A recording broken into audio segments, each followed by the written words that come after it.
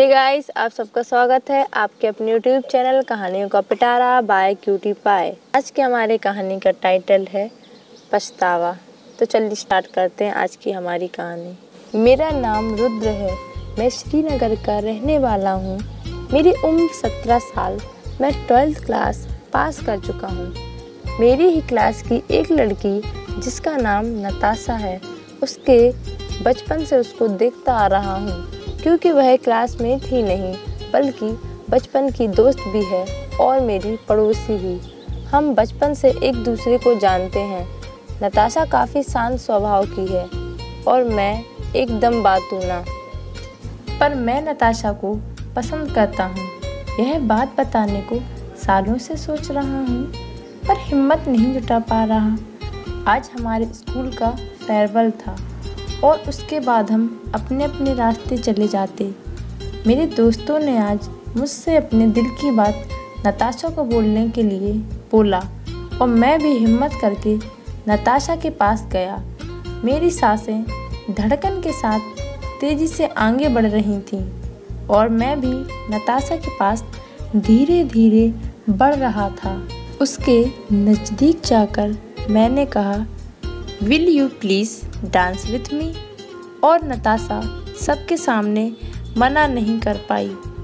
अब हम दोनों ने डांस करते करते बहुत सारी बातें की एक दूसरे से। अब तो हर रोज़ एक नया एहसास होता। उससे मिलने पर सब बड़ा अच्छा सा लगता।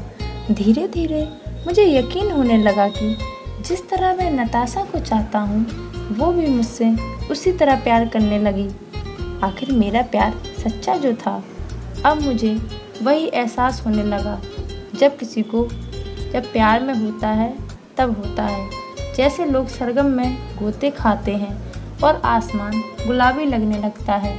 ना कुछ सही ना कुछ गलत लगता। नताशा के घर वाले उसको आगे की पढ़ाई के लिए बाहर भेजना चाहते थे। दिल्ली के कॉलेज में नताशा को एडमिशन मिल गया। क्योंकि मैं भी अब कमिटेड हो चुका था, तो मैंने भी अपने घर वालों से बोल कर कि पढ़ाई करनी है तो दिल्ली के एक कॉलेज में एडमिशन ले लिया।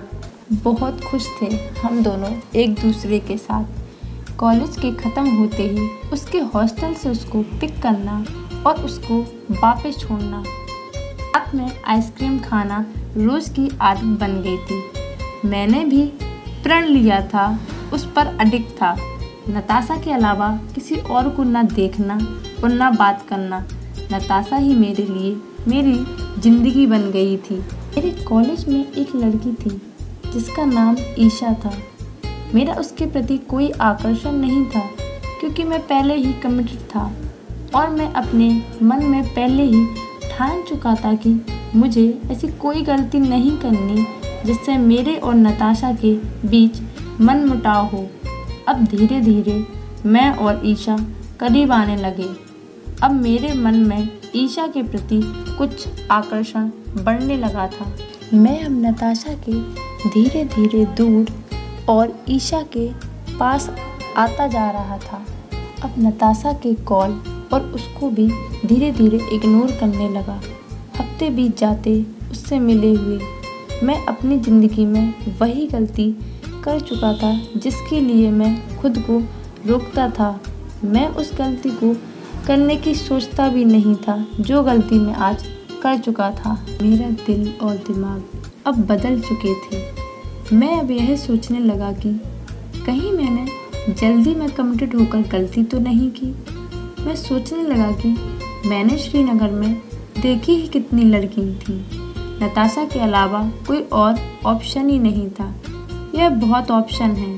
यही मेरी ज़िंदगी की सबसे पहली और सबसे बड़ी गलती थी। दिन नताशा मुझसे मिलने आई। उसका अंदाज आज बदला हुआ था।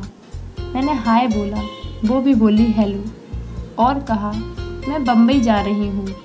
मैंने पूछा क्यों? वह बोली कॉलेज मिला है। मैं कुछ बोल ना पाया, बस इतना कहा कि ठीक है, स्टेशन आऊँगा तुम्हें छोड़। वह बिना कुछ बोले ही वहाँ से चली गई। मैं उसके जाने के बाद सब कुछ भूल जाना चाह रहा था। अब एक गलत कदम मेरी आदत बन गई। नताशा के जाने के बाद मेरी लाइफ में बहुत सी लड़कियां आईं, पर मेरे लाइफ में एक अकेलापन सा था। नताशा के जाने के बाद आज 3 साल बाद भी मेरे पर्स में उसकी तस्वीर है। पूरे दिन बिजी होने के बाद भी मैं 1 घंटे का टाइम निकालकर उसकी तस्वीर से ढेरों बातें किया करता हूँ। एक दिन मेरा एक दोस्त मुझसे मिलने आया।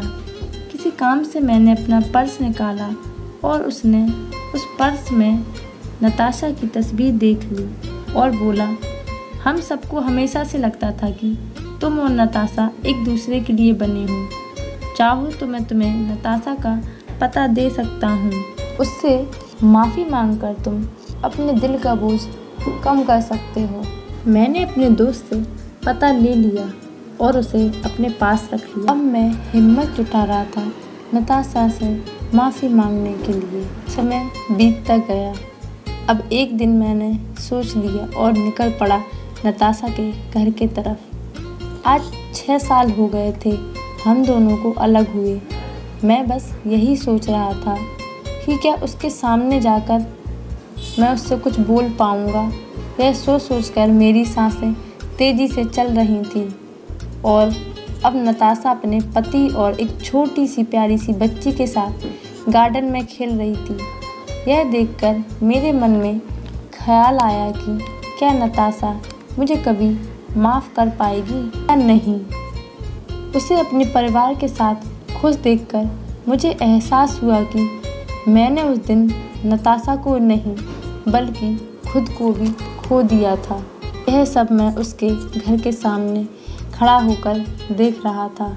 मुझे दिल से खुशी भी हुई कि नताशा अब अपने पति और बच्ची के साथ खुश है अपनी ज़िंदगी में।